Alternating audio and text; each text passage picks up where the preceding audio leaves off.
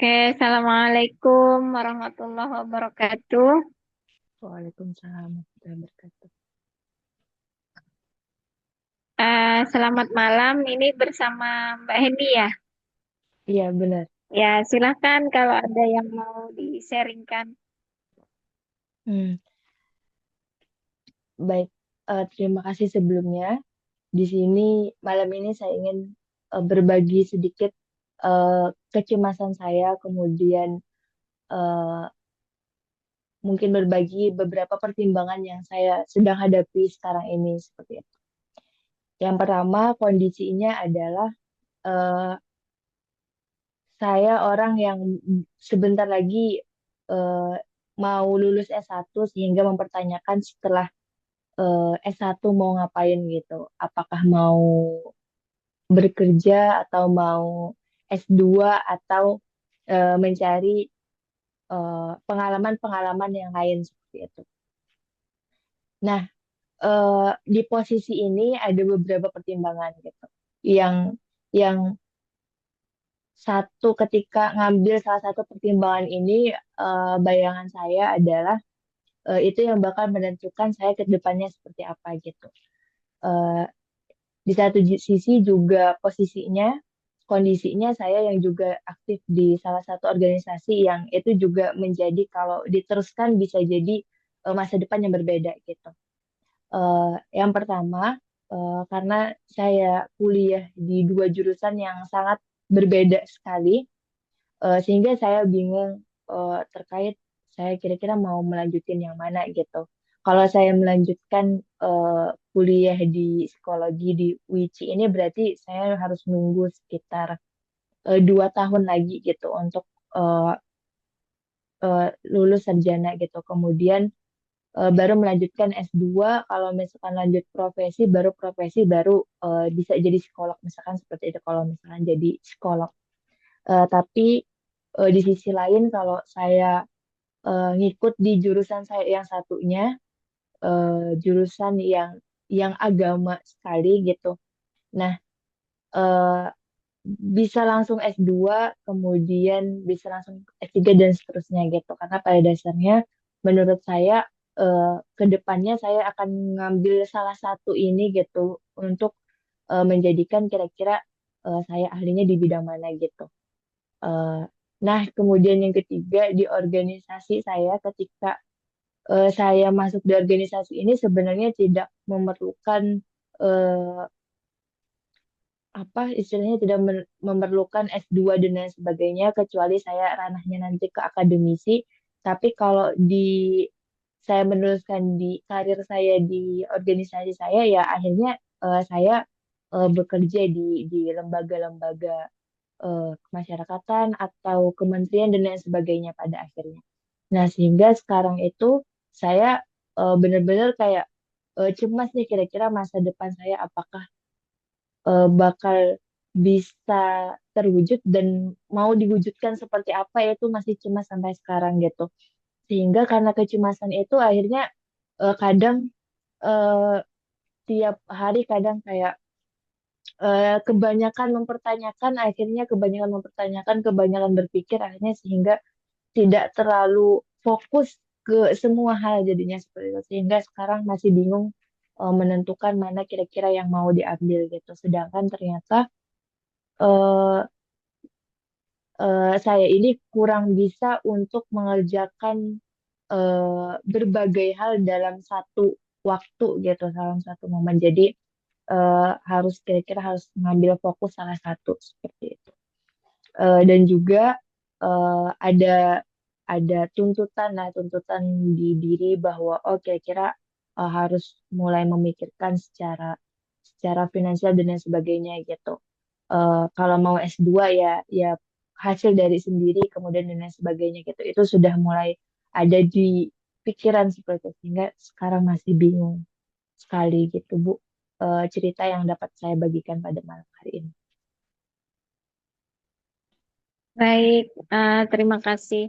Jadi kalau dari sini saya tangkap tadi kan Mbak Hendy itu sedang ada di beberapa pilihan kayak gitu, di Mm-mm. beberapa pilihan hidup. Nah, jika boleh saya sarankan seperti itu, maka eh, mungkin Mbak Heni mulai memfokuskan bahwasanya mencari titik tujuannya itu yang diinginkan sekali itu apa. Nah, kemudian Hmm. yang kedua, mungkin kalau boleh saya saran lagi, yang diinginkan sekali itu apa, kemudian yang dikuasai sekali itu apa. Dua itu. Nah, mungkin dari dua itu nanti dari dua jawaban yang benar-benar itu dari hati kayak gitu. Nanti akan bisa tuh nanti dipilih-pilih mana akan Mm-mm. bisa di list mana saja yang bisa menuju ke arah yang dua itu. Mungkin itu sih saran saya. Sehingga tidak berpikir berlebihan tentang masa depan, tetapi dari dua tujuan yang terjawab itu akan bisa nanti menentukan langkah-langkah berikutnya, begitu. Untuk menentukan pilihan seperti itu. Terima kasih. Assalamualaikum Iya. warahmatullahi wabarakatuh. Waalaikumsalam warahmatullahi wabarakatuh.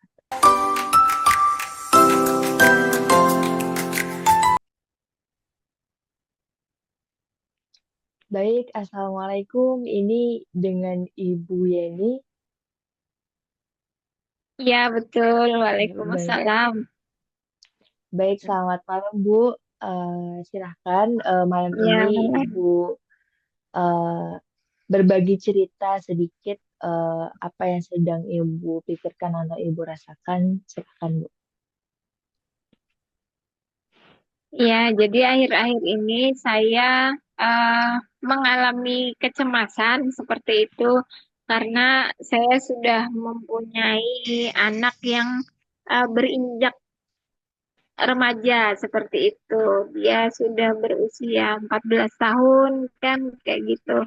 Nah, yang menjadi kekhawatiran saya adalah dia ini yang saya takutkan dia takutnya terpengaruh dengan pergaulan di luar sana kayak gitu, pergaulan di teman-teman sekolahnya kayak gitu. Kemudian namanya juga sekarang ini kan era digital kayak gitu. Kemudian juga kalaupun tidak di pertemanan, di tontonan di media sosial kayak gitu. Walaupun upaya saya kan sudah ada sebenarnya untuk mendownload Google Family di HP dia kayak gitu untuk membatasi penggunaannya. Kemudian juga aplikasi-aplikasinya juga dibatasi kayak gitu.